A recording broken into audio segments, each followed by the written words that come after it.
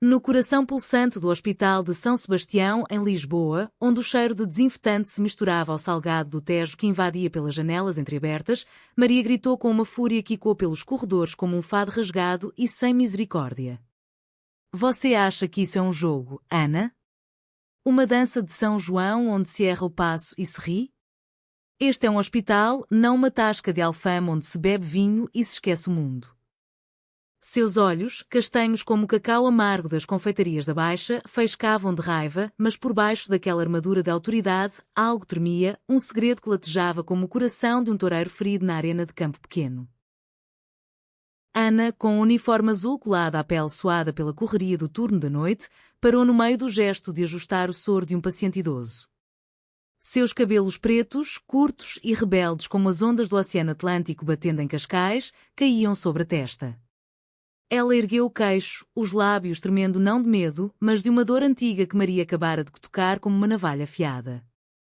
E você, doutora? Acha que salvar vidas é só dar ordens como se fosse a rainha de Belém mandando erguer monumentos? Eu errei o cálculo do medicamento por um segundo, mas você? Você erra todos os dias ao fingir que não sente nada. A voz dela quebrou, um sussurro rouco que carregava o peso de noites insones e olhares roubados nos vestiários.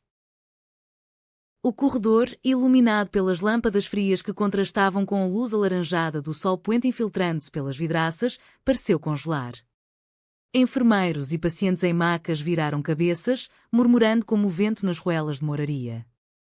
Maria sentiu o peito apertar, como se o fado de Amália Rodrigues estivesse sendo cantado dentro dela, uma melodia de saudade e perda que ela tentava sufocar há anos. Ana, com as mãos ainda no soro, deixou cair a seringa no chão, o estalo e quando como um tiro. E ali, naquele instante, o conflito que fervia há meses entre a médica brilhante e a enfermeira compassiva explodiu não em violência física, mas em uma torrente de verdades nuas, revelando paixões que Lisboa, com sua alma de azulejos partidos e rosas de pano, havia guardado em segredo. Maria recuou um passo, o jaleco branco imaculado agora parecendo uma mortalha. Ela era a doutora Maria Oliveira, 35 anos, descendente de uma família de farmacêuticos do Porto que migrara para a capital em busca de glória académica. Formada na Universidade de Coimbra com distinções que faziam inveja aos professores, ela dirigia o departamento de cardiologia com a precisão de um relógio de Sintra. Mas por trás da fachada de eficiência, Maria carregava o peso de uma identidade que sua mãe, devota de Fátima, jamais perdoaria: o amor por mulheres, um segredo trancado como as portas de uma igreja barroca em Évora. Seus relacionamentos passados eram sussurros fugidios em bares escondidos do bairro Alto, terminados antes que o amanhecer trouxesse arrependimentos. Ana Santos, 28 anos, nascida nas encostas de Sintra onde a névoa beija os palácios de contos de fadas, havia entrado no hospital como uma brisa fresca do mar. Órfã de pai pescador, engolido pelas águas de Ericeira, ela crescera ajudando a mãe em uma pequena pastelaria, moldando pastéis de nata com mãos que curavam mais do que preparavam doces. Enfermeira formada na Escola de Enfermagem de Lisboa, Ana era o coração do piso, sempre um sorriso para o paciente terminal, uma palavra de conforto para a colega exausta. Mas seu próprio coração batia descompassado por Maria, olhares que se cruzavam na sala de cirurgia, toques acidentais ao passar instrumentos, noites em que Ana sonhava com o perfume de lavanda que Maria usava, misturado ao aroma de café forte das pausas no refeitório. O erro de Ana não era mero descuido, era o cansaço acumulado de turnos intermináveis de uma sociedade portuguesa que ainda sussurrava sobre mulheres como ela nas tertúlias de família, onde o vinho do Douro fluía mas as verdades eram engolidas. Maria, ao repreendê-la publicamente, não agia por crueldade pura, mas por medo. Medo de que a proximidade com Ana traísse, de que um elogio em vez de uma bronca revelasse o quanto ela ansiava por aqueles olhos verdes como os vinhedos de Colares. Enquanto o eco da seringa rolava pelo linóleo gasto, Ana se abaixou para pegá-la, os joelhos fracos. Doutora, eu só queria ajudar. Como sempre. Sua voz era um fio de seda rasgada, e quando ergueu o rosto, lágrimas escorriam como chuva de outono em Belém. Maria, contra toda a lógica de sua mente treinada, estendeu a mão para ajudá-la a se levantar. Seus dedos se tocaram, um choque elétrico, como de uma procissão de São António onde fogos de artifício iluminam o céu. Por um segundo, o hospital desapareceu. Só existiam elas duas, presas em um limbo de desejo e terror. Mas o momento se quebrou com a chegada da enfermeira-chefe, Dona Isabel, uma senhora de cabelos grisalhos e sotaque alentejano que cheirava a azeite e ervas de coentrada. O que é esta algazarra?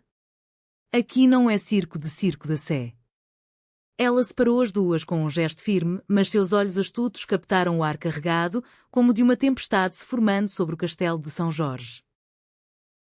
Naquela noite, enquanto Lisboa se iluminava com as luzes dos bondes 28 rangendo pelas colinas, Maria não dormiu.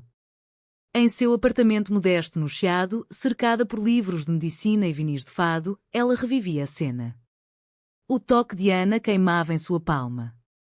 Por que ela me desafia assim? Porque eu a deixo entrar na minha armadura, murmurava para o espelho rachado, herança de uma avó que cantava versos de amor perdido em festas de São João. Do outro lado da cidade, em um quarto apertado em Alcântara, perto dos estaleiros onde o Tejo sussurra segredos aos navios, Ana chorava no travesseiro bordado pela mãe. Ela me odeia, mãe. Ou pior, ela me vê e isso dói mais. Mas no fundo, Ana sabia que não era ódio, era o mesmo fogo que acendia as sardinhas nas festas de Santo António, um calor que consumia sem misericórdia. Dias se passaram como os trens da linha de Cascais, ritmados e inexoráveis. O hospital pulsava com sua rotina, o bip dos monitores como um metronome de bolero, o cheiro de pão fresco das entregas matinais misturado ao antissético. Maria evitava Ana, atribuindo tarefas a outros, mas o destino, ou talvez o espírito teimoso de Portugal, terra de navegadores que desafiavam oceanos, a jogava juntas novamente. Era uma quinta-feira chuvosa, daquelas que transformam Lisboa em um quadro de Turner, com o Tejo inchado e cinzento. Um paciente chegou às pressas, Sr. Manuel, um velho pescador de Sesimbra com coração fraco como as redes rasgadas pelo mar. Maria liderava a equipe na sala de emergência, mãos firmes no bisturi, enquanto Ana preparava o oxigênio. Seus olhares se cruzaram sobre a máscara, um pedido silencioso de Ana, uma ordem muda de Maria. Segura pressão, Ana. Ele depende de nós. Enquanto o bisturi cortava, memórias inundavam Maria. Ela se lembrava do primeiro dia de Ana no hospital, 3 anos antes. A novata, com um sorriso que iluminava mais que os lustres de cristal do Rocio, havia derrubado uma bandeja de seringas na entrada. Maria, então residente, rira pela primeira vez em meses, um riso genuíno, como de uma criança provando bola de Berlim na praia de Carcavelos. Bem-vinda ao caos, enfermeira. Aqui, erros são lições, não pecados. Daquele dia em diante, uma dança sutil começou. Ana sempre deixava um café na mesa de Maria, forte e sem açúcar, como ela gostava. Maria, por sua vez, cobria os turnos extras de Ana quando a mãe dela adoecia, sem jamais admitir motivo. Eram gestos tecidos como o bordado de Viana do Castelo, delicados, mas resistentes. Mas o medo crescia. Portugal, apesar de suas marchas do orgulho em Lisboa com bandeiras arco-íris dançando ao som de morna cabo-verdiana, ainda guardava bolsões de conservadorismo. A família de Maria, com primos que frequentavam missas em Mafra, sussurrava sobre modas estrangeiras. Ana, por sua vez, carregava o estigma de ser a solteirona aos olhos das tias de Sintra, que a pressionavam por um noivo católico. O procedimento com o Sr. Manuel correu bem, mas o pós-operatório trouxe o primeiro vislumbre de rachadura. Enquanto monitoravam o idoso, que murmurava sobre netos e o mar que o chamava de volta, Ana confidenciou Maria: ele me lembra o meu pai. Forte, mas quebrado pelo que ama demais. Seus olhos se encontraram e, por um instante, o bip do monitor silenciou. Maria sentiu o impulso de tocar o rosto de Ana, de traçar a linha da mandíbula como se fosse um mapa do tesouro da Serra da Arrábida. Em vez disso, ela se afastou. Foco, Ana. Emoções não salvam vidas. Mas as palavras soaram vazias, como um fado sem guitarra. A tensão culminou 2 semanas depois, durante o Festival de Fado de Alfama. O hospital organizava um evento beneficente nos jardins internos, com lanternas de papel penduradas como estrelas e mesas cobertas de queijos da Serra da Estrela e vinhos verdes gelados. Enfermeiros e médicos se misturavam, rindo ao som de vozes roucas cantando aí, moraria. Maria, relutante, aparecera por obrigação, vestida em um simples vestido preto que realçava sua silhueta esguia. Ana, radiante em um vestido floral inspirado nas rendas de caminha, cantava baixinho com as colegas. Quando seus olhos encontraram os de Maria do outro lado do jardim, o ar pareceu espessar como o caldo verde em panela de ferro. Ana se aproximou, oferecendo um copo de vinho. Doutora, dance comigo? Só uma valsa, como nas festas de família. Maria hesitou, o coração martelando como o sino da Basílica da Estrela. Não sou de danças, Ana. Meu ritmo é o das cirurgias, não o das guitarras. Mas Ana insistiu, pegando sua mão, e por um milagre ou maldição, Maria cedeu. Seus corpos se moveram ao som de um fado lento, quadris roçando acidentalmente, respirações sincronizadas como ondas em Sagres. Naquele giro, Ana sussurrou: "Por que você me evita, Maria? Eu vejo você molhando, nas pausas, nos corredores. É medo? Do que os outros dirão?" As palavras foram um soco, e Maria parou a dança abruptamente, derrubando o copo de vinho no chão, o líquido vermelho se espalhando como sangue. "Você não entende nada", explodiu Maria, voz baixa mas venenosa. "Eu sou a médica-chefe. Um escândalo destruiria tudo. Minha carreira, minha família. E você, com seu otimismo de Sintra, acha que amor é como um pastel de nata, doce e sem consequências?" A multidão ao redor fingiu não notar, mas Dona Isabel, observando de longe, ergueu uma sobrancelha. Ana recuou, o rosto pálido como os penhascos de Cabo da Roca. "Amor? É isso que você chama ao que sinto? Ou é só pena de uma enfermeira que erra?" Lágrimas brotaram e ela fugiu para os jardins escuros, deixando Maria sozinha com o vinho manchando seu vestido. Naquela noite, o conflito se instalou como a névoa de Sintra. Maria voltou para casa, o chiado agora um labirinto de solidão, e escreveu uma carta que jamais enviaria. "Ana, você é o sol que ilumina meus dias cinzentos, mas eu sou a sombra que o apaga. Perdoe-me por ser covarde." Ana, em Alcântara, ouviu o Tejo rugir contra as margens, e quando sua dor. Ela ligou para a mãe, voz embargada: "Mãe, há alguém que me faz sentir viva, mas ela me machuca. O que faço?" A mãe, sábia como as oliveiras do Alentejo, respondeu: "Filha, o amor em Portugal é como o fado, dói, mas cura. Deixa o tempo cantar." Mas o tempo não curou, ele avivou. No hospital, o ar entre elas crepitava como os fogos do 13 de junho. Um incidente menor, Ana atrasando uma medicação por causa de uma ligação da mãe doente, reacendeu a faísca. Maria confrontou na sala de material, portas fechadas. "Você está sabotando a si mesma, Ana." "Por quê? Porque eu a magoei no festival?" "Cresça." Ana, encostada nas prateleiras de gás e seringas, explodiu, sabotando? "Eu vivo para este lugar, para ajudar como meu pai ajudava o mar, mesmo sabendo o risco. Mas você. Você me olha como se eu fosse uma tentação proibida, como fruto na sede de Lisboa. Admita, Maria, você sente mesmo que eu. Esse fogo que queima desde o primeiro dia." O silêncio que se seguiu foi ensurdecedor. Maria, com as costas contra a porta, sentiu as lágrimas traírem sua compostura. "Sim", admitiu, voz um sussurro. "Eu sinto. Desde que você derrubou aquela bandeja e riu como se o mundo fosse seu. Mas e agora? O que fazemos com isso em um país que ainda julga com olhos de inquisição?" Elas se aproximaram, testando o ar como exploradores em terras desconhecidas. Mãos se entrelaçaram e por um momento o beijo pairou, não carnal, mas uma promessa de almas se reconhecendo, como duas guitarras afinando para o mesmo fado. Mas o destino, cruel como as rochas de Nazaré, interveio. Dona Isabel, batendo à porta, interrompeu: "Doutor Oliveira, emergência no quarto 12. Coração parando." Elas se separaram, um momento evaporando como orvalho ao sol de Évora.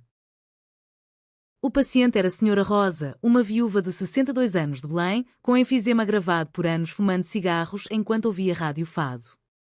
Sua família, devota e numerosa, pressionava por tratamentos experimentais que Maria sabia serem fúteis. Ela quer viver para ver o neto casar na Sé e implorava o filho. Maria, exausta, consultou Ana em particular. O que você acha? Seu instinto é bom com os terminais. Ana, ainda tremendo do quase beijo, respondeu com honestidade. Deixe-a ir com dignidade, doutora. Como um barco voltando ao mar. Prolongar é egoísmo. A decisão foi tomada, cuidados paliativos. Mas a família, furiosa, acusou negligência. Rumores se espalharam pelo hospital como vinho derramado em uma adega do Douro. E foi aí que a traição veio, não intencional, mas devastadora. Ana, pressionada pela enfermeira-chefe em uma reunião informal, confidenciou sua opinião sobre o caso. Dona Isabel, com boas intenções mas língua solta como o vento de Monsanto, repetiu para o filho de Sra. Rosa, que era jornalista no Diário de Notícias. O artigo saiu na manhã seguinte. Negligência no Hospital de São Sebastião? Médica ignora súplicas de família. Maria leu o jornal no refeitório, o café azedando na boca. Seus olhos encontraram Ana do outro lado da sala e o olhar de traição foi mais afiado que qualquer bisturi. Você me vendeu, murmurou Maria ao confrontá-la no banheiro, voz e quando nas azulejos brancos. Eu não. Foi um mal-entendido, juro pela Virgem de Fátima. Ana soluçou, mas o dano estava feito. A administração iniciou uma investigação e Maria, isolada, sentiu o mundo ruir como o terremoto de 1755 que remodelou Lisboa. A cidade, com sua resiliência de fênix, assistia em silêncio. Maria caminhou pelo Tejo à noite, as águas refletindo as luzes da Ponte 25 de Abril como estrelas caídas. Porque o amor sempre traz dor, pensou, lembrando versos de Sofia de Melbrenner, o mar é infinito, mas o coração, finito. Ana, em casa, costurou um lenço com rendas de sua avó, símbolo de laços partidos. Ela decidiu, confrontaria Maria, não com palavras, mas com a ação. No dia seguinte, durante a investigação, Ana se apresentou ao diretor. A decisão foi minha sugestão, mas a doutora Oliveira salvou vidas todos os dias. Se há culpa, é minha. O gesto abalou Maria. Na sala de reuniões, vazia após o depoimento, ela encontrou Ana esperando. Porquê? Depois de tudo? Porque eu te amo, Maria. Não como enfermeira médica, mas como Ana Maria. E em Portugal, amor é lutar, como os descobridores contra o cabo das tormentas. Elas se abraçaram então, não um beijo de fogo, mas um abraço de porto seguro, como de Mafra em noites de tempestade. A investigação terminou com advertência leve, graças ao testemunho unânime da equipe. Sra. Rosa partiu em paz, deixando uma carta de gratidão. Obrigada por me deixarem voar como gaivota sobre o Tejo. Mas o verdadeiro clímax veio semanas depois, durante a Marcha do Orgulho em Lisboa. As ruas do Marquês de Pombal fervilhavam com bandeiras, música e abraços. Maria, incentivada por Ana, saiu do armário para a família via carta, não uma explosão, mas uma confissão serena como o vinho do Alentejo. A mãe chorou, mas respondeu, filha, Deus é amor, não julgamento. Venha a Fátima comigo, rezaremos juntas. Ana, por sua vez, levou Maria à pastelaria da mãe em Sintra, apresentando-a não como colega, mas como amor. Ela é o meu sol, mãe. A mãe, provando um pastel de nata, sorriu. Então, que venham mais doces para vocês duas. O conflito no hospital, nascido de uma briga que revelou paixões, transformou-se em ponte. Elas não dançavam mais em segredo, caminhavam de mãos dadas pelo Rocio, sob o olhar curioso de estátuas e turistas. Lisboa, com sua alma de saudade e renascimento, as acolhia, duas mulheres tecendo um fado novo, de amor sem repressão. E assim, no Hospital de São Sebastião, onde corações batiam e se quebravam, Maria e Ana encontraram o ritmo verdadeiro, não o das cirurgias apressadas, mas o das almas entrelaçadas, como videiras em um terraço de Alfama. O amor, no fim, não era conflito, mas cura, um bálsamo humanitário que Portugal, terra de poetas e mares, sempre soube oferecer aos corajosos. Os meses seguintes ao escândalo do jornal foram como o outono em Lisboa, folhas douradas caindo devagar, mas com um vento que ainda carregava o cheiro de verão. Maria e Ana, agora unidas por um laço frágil mas inquebrantável, navegavam a rotina do hospital com uma cumplicidade nova. Não mais olhares furtivos, mas conversas sussurradas na copa sobre o sabor do bacalhau à Brás que Ana preparara no fim de semana ou o concerto de fado que Maria prometera levá-la no Lux, o antigo cinema transformado em palco de almas errantes. Mas a sociedade portuguesa, com sua camada de tradição grossa como o granito de Sintra, não se rendia facilmente. Colegas murmuravam nos vestiários, elas? Juntas? Que moda é essa, vinda de Espanha ou pior, de América? Dona Isabel, apesar de sua lealdade, aconselhava cautela. Meninas, aqui é Portugal, não Amsterdão. Salvem vidas primeiro, amores depois. E a família de Maria, embora a carta tivesse aberto uma fresta, ainda trocava olhares incomodos nas visitas dominicais, onde o cheiro de caldeirada de peixe preenchia o ar, mas as conversas giravam em torno de primos héteros e casamentos na igreja. Ana, mais resiliente como as oliveiras que resistem à seca alentejana, puxava Maria para frente. Vamos ao mercado da Ribeira, amor. Comemos mariscos e dançamos ao som de acordeão como se o mundo fosse nosso. Maria, com sua mente analítica, resistia. E se nos virem? Minha reputação. Mas Ana, com um beijo na testa, leve como pluma de gaivota, respondia: reputação é como o Tejo, flui, muda. O que fica é o coração. Um novo conflito surgiu quando o hospital anunciou uma campanha de doações para o setor de oncologia infantil, inspirada nas festas de caridade de São Martinho, com castanhas assadas e jerupiga. Maria foi escolhida para liderar, sua expertise em cardiologia estendida a palestras sobre saúde familiar.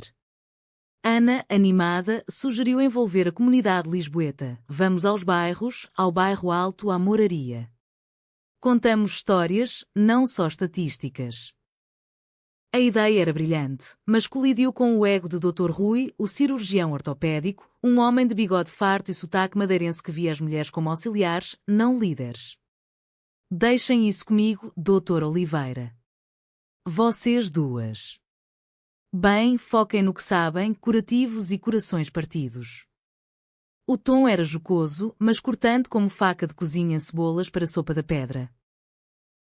Maria sentiu o sangue ferver, lembrando das noites em que Rui flertava abertamente com enfermeiras, ignorando o anel de casado. Dr. Rui, esta campanha sobre empatia não sobre quem opera mais joelhos. Ana tem razão, histórias conectam. Ana, ao lado, apertou sua mão por baixo da mesa da reunião, um gesto de apoio que acalmou a tempestade interna. Mas Rui não desistiu.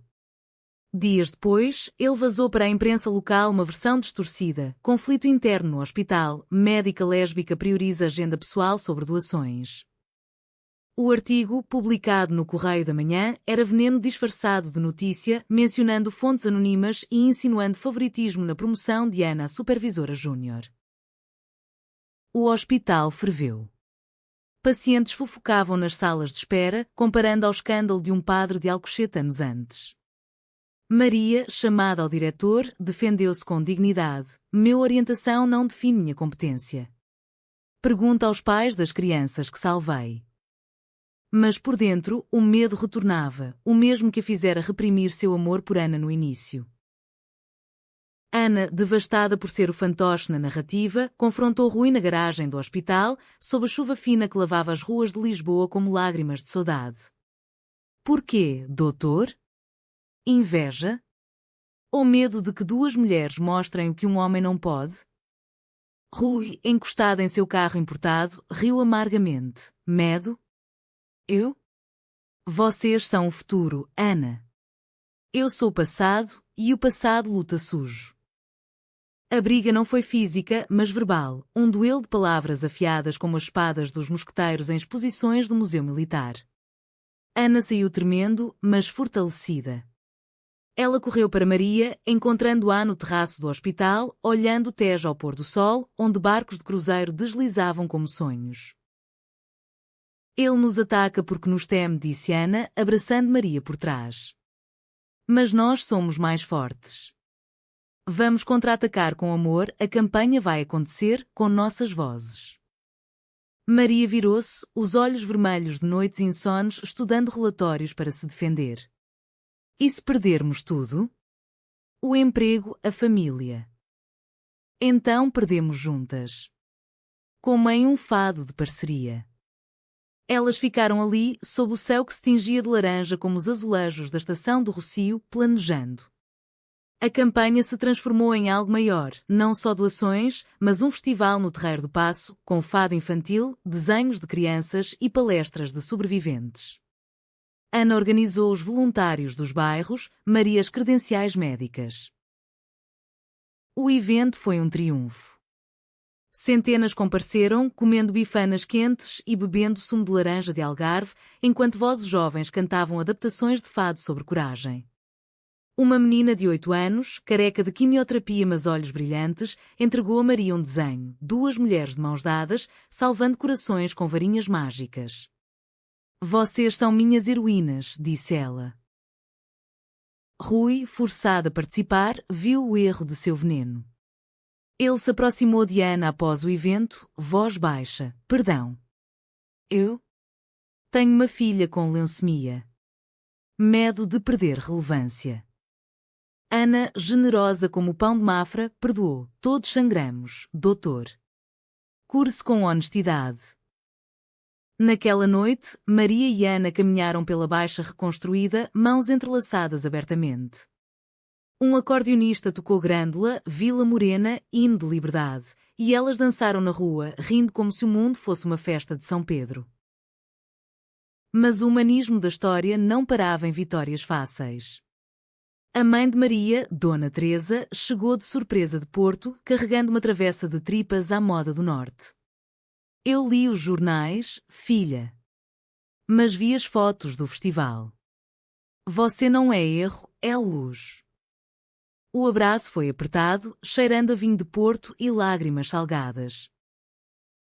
Ana, convidada para o jantar em casa de Maria, no Chiado, sentiu o nervosismo de uma noiva em Trás-os-Montes. Dona Teresa serviu o prato, contando histórias de juventude. Eu dancei fado com uma prima e as línguas falaram. Mas o amor silencia fofoqueiros. Era a aceitação velada, mas profunda, o Portugal moderno emergindo do casulo tradicional.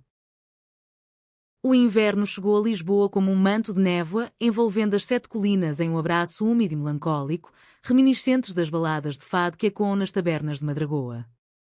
Maria e Ana, agora um casal declarado entre os colegas mais progressistas, encontravam refúgio em pequenos rituais, cafés na à brasileira, onde poetas como Fernando Pessoa outrora sonhavam, ou passeios pelo Jardim Botânico, onde o perfume de jasmins misturava-se ao sussurro das folhas.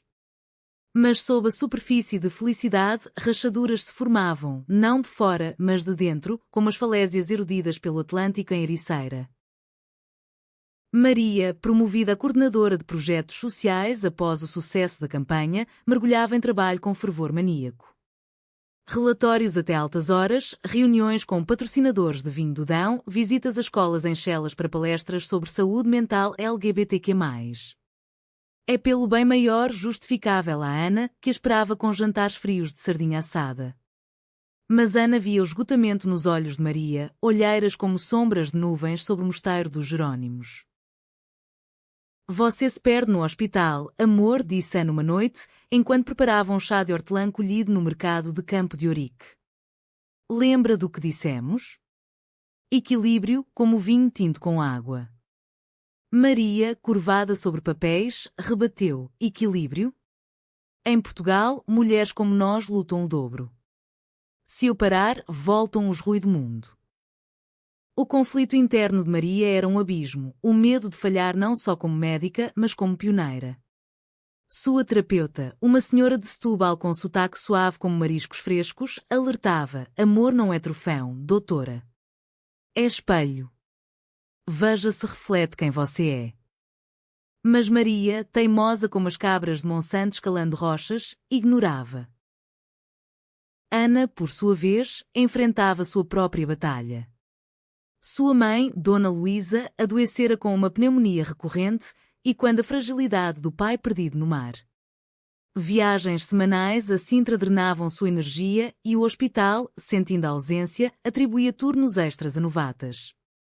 Você é insubstituível, elogiava Dona Isabel, mas Ana se sentia partida ao meio, metade em Lisboa com Maria, metade nas brumas de Sintra, onde palácios conto de fadas pareciam zombar de sua vida real.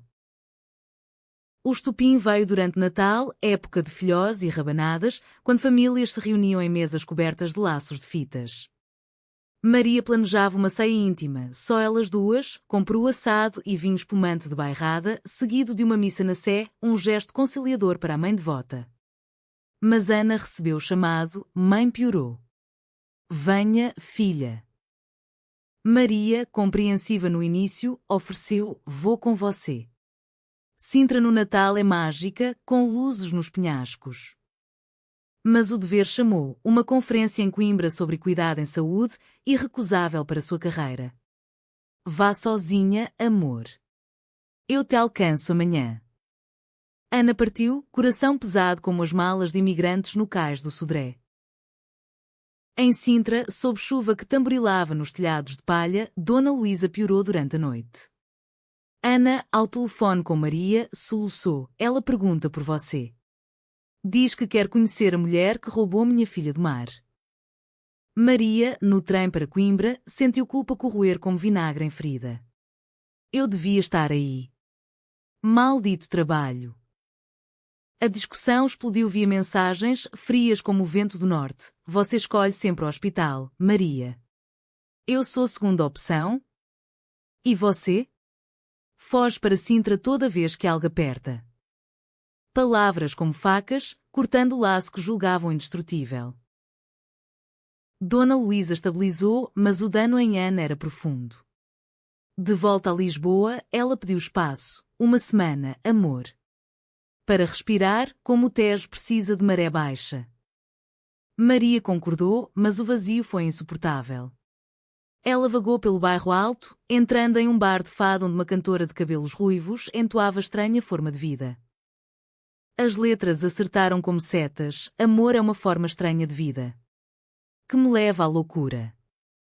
Incapaz de suportar, Maria dirigiu a Sintra na véspera de Ano Novo, a estrada sinuosa iluminada por faróis como olhos de fantasmas.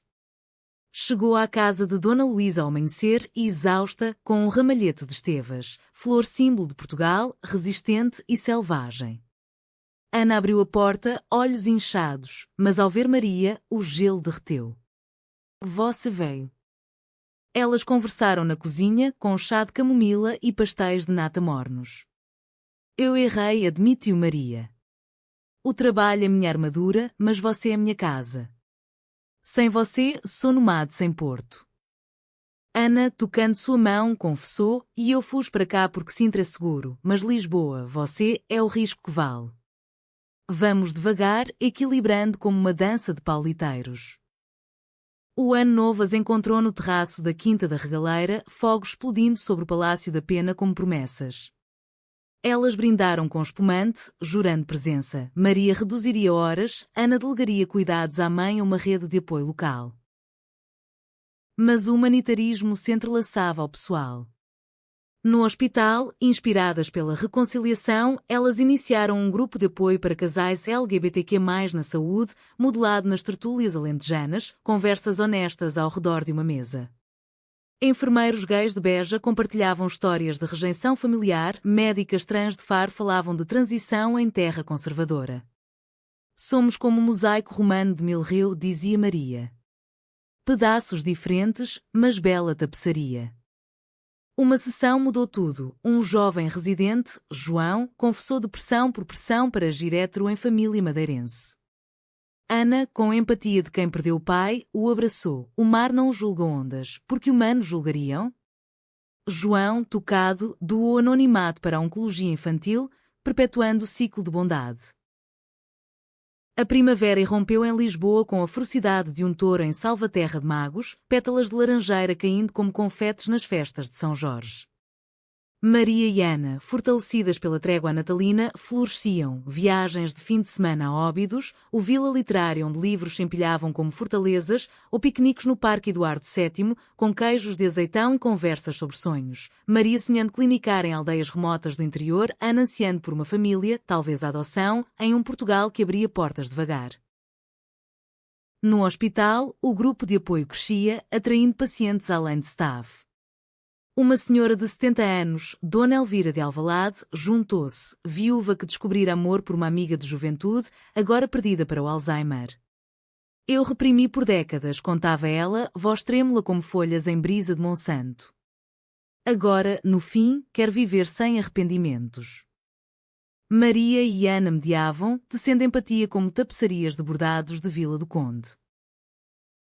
Mas o paraíso tinha serpentes. Uma auditoria externa, vinda de Bruxelas com rigidez europeia, questionou gastos do grupo, recursos desviados para ativismo em vez de medicina.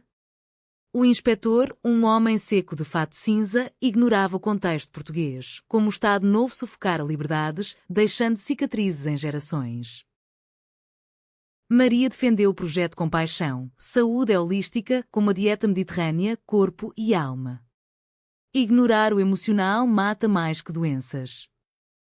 Ana apoiou com dados, taxas de suicídio em jovens LGBTQ+, em Portugal, 40% mais altas que a média, caindo graças a apoios como deles. O conflito escalou quando o inspetor sugeriu dissolução. Rui, redimido mas ainda ambicioso, posicionou-se ao lado de Maria, surpreendendo. Eu vi o impacto. Deixem-nos.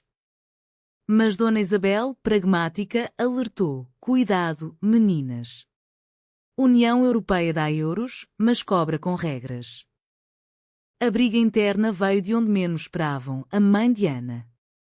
Dona Luísa, recuperada mas amargurada por solidão, visitou Lisboa e flagrou uma sessão do grupo. Filha, isso é bonito, mas e a família? Quem cuidará de mim quando envelhecer mais? Você, com suas causas, esquece as raízes. As palavras doeram como espinhos de esteva. Ana confrontou Maria naquela noite, no apartamento do Chiado, paredes adornadas com azulejos pintados à mão de motivos marinhos. Ela tem razão? Estamos nos perdendo em missões, esquecendo nós?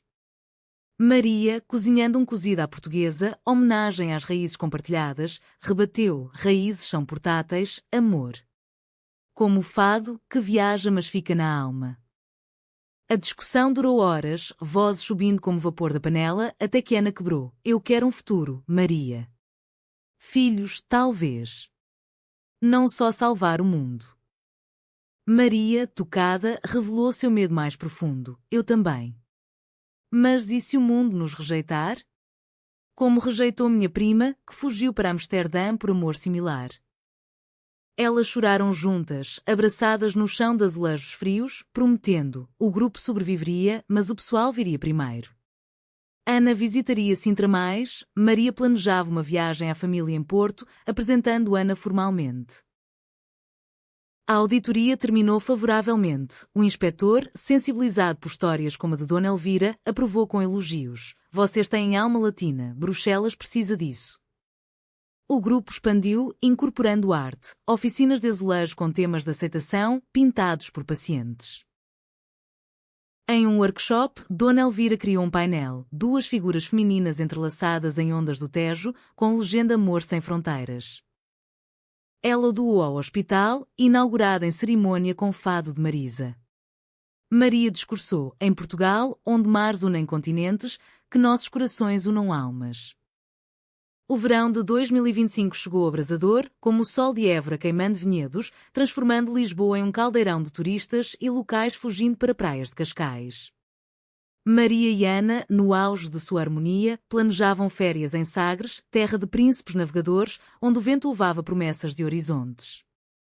Mas o hospital, impiedoso como o Atlântico, trouxe uma crise, surto de gripe em um asilo próximo Benfica, sobrecarregando alas. Maria coordenava a resposta, dormindo pouco, enquanto Ana cuidava de pacientes idosos, cujos olhos contavam histórias de ditaduras e revoluções. Uma delas, Dona Cândida, 82 anos, sussurrava para Ana: "Eu amei uma mulher na juventude, em Coimbra. Escondi por medo. Não esconda seu amor, menina." As palavras ecoavam como sino de Alcácer do Sal. O estresse rachou a fachada. Maria, exausta, errou um diagnóstico menor, confundindo sintomas de gripe com algo benigno, e um paciente idoso piorou temporariamente. Não fatal, mas o suficiente para questionamentos internos. "Você está se matando", acusou Ana em uma pausa, no jardim do hospital, onde roseiras florescem apesar do concreto. "Eu salvo vidas", rebateu Maria, voz alta como trovão em Serra da Lousã. "Se eu fraquejo, quem cuida?" Ana, magoada, retrucou: "Eu cuido de você. Mas você me empurra para longe, como ondas empurram barcos." A briga explodiu em público, no refeitório, com colegas assistindo. "Você é controladora, Maria. Quer que eu seja a enfermeira perfeita, não a mulher." Ana gritou, pratos tilintando. Maria, ferida, fugiu para o carro, dirigindo-se em rumo até o Cristo Rei em Almada, olhando o Tejo como um abismo de reflexões. Horas depois, Ana a encontrou lá, guiada por um telefonema de Dona Isabel. "Eu vim porque te amo, tola. Mas precisamos de ajuda." Elas choraram, admitindo, o trabalho as consumia, e quando padrões familiares, Maria da mãe workaholic, Ana do pai ausente no mar. Decidiram terapia de casal, com uma psicóloga de Tavira, especialista em casais queer. Sessões virtuais, entre turnos, revelaram camadas. Maria temia abandono, Ana, sufocamento. "Como o vinho do Porto, envelhece bem sarejado", brincava a terapeuta. O surto passou, mas o incidente com o diagnóstico levou a uma revisão ética. Maria, vulnerável, confidenciou a Ana: "E se eu não for suficiente?" Ana, segurando sua face: "Você é. Nós somos." Para celebrar, elas foram a Sagres. Acampando sob estrelas, como antigos pescadores, compartilharam sonhos. A adoção, sim, uma casa em Alfama com varanda para fado particular. O mar batia, lavando medos. De volta, o hospital honrou Maria com prémio de dedicação e Ana foi promovida a chefe de enfermagem. Dona Cândida, recuperada, presenteou-as com um colar de conchas de comporta, para corações que batem no mesmo ritmo. O outono retornou, maduro como figos de serpa, trazendo colheita de lições. Maria e Ana, temperadas pelas tempestades, colhiam frutos. O grupo de apoio agora nacional, com capítulos em Porto e Faro, inspirando leis mais inclusivas no Parlamento, sob cúpula de azulejos em Lisboa. A traição final, não entre elas, mas do destino, veio com a doença de Dona Luísa, câncer, diagnosticada em estágio avançado. Ana desabou, mas Maria ergueu: "Lutaremos juntas, como em Alcácer Quibir." Tratamentos em Lisboa, com Maria supervisionando, misturavam medicina e emoção. Dona Luísa, em remissão parcial, abençoou: "Vocês me ensinaram, amor é ponte sobre abismos." No hospital, um caso paralelo. Um adolescente trans, Pedro, suicida por bullying em escola de Amadora. Maria e Ana o salvaram fisicamente e emocionalmente, integrando-o ao grupo. "Vocês são faróis", disse ele, pintando um mural no hospital, ondas do Tejo carregando arco-íris. O clímax emocional veio no aniversário de 1 ano juntas, durante o Festival de Sintra. Sob o luar no Castelo dos Mouros, Maria ajoelhou, não com anel, mas com promessa: "Seja minha parceira eterna, Ana." Em saúde, doença, fados e silêncios. Ana, lágrimas como orvalho, sim, para sempre. Dona Teresa e Dona Luísa, reunidas pela primeira vez, brindaram com vinho de colares. "Filhas, erguei Portugal novo." O final não era sem sombras. Sociedade mudava devagar, como o Tejo escavando o leito, mas humanitário, amor como ato de coragem, curando não só corpos, mas nações. Maria e Ana, de conflito a consórcio, provavam paixões reprimidas, quando libertas, florescem como rosas em ruínas romanas. Em uma manhã de dezembro, no Hospital de São Sebastião, elas caminhavam de mãos dadas pelo corredor, o sol filtrando como bênção. O bip dos monitores cantava hino de vida e Lisboa, lá fora, sussurrava: Bem-vindas ao lar.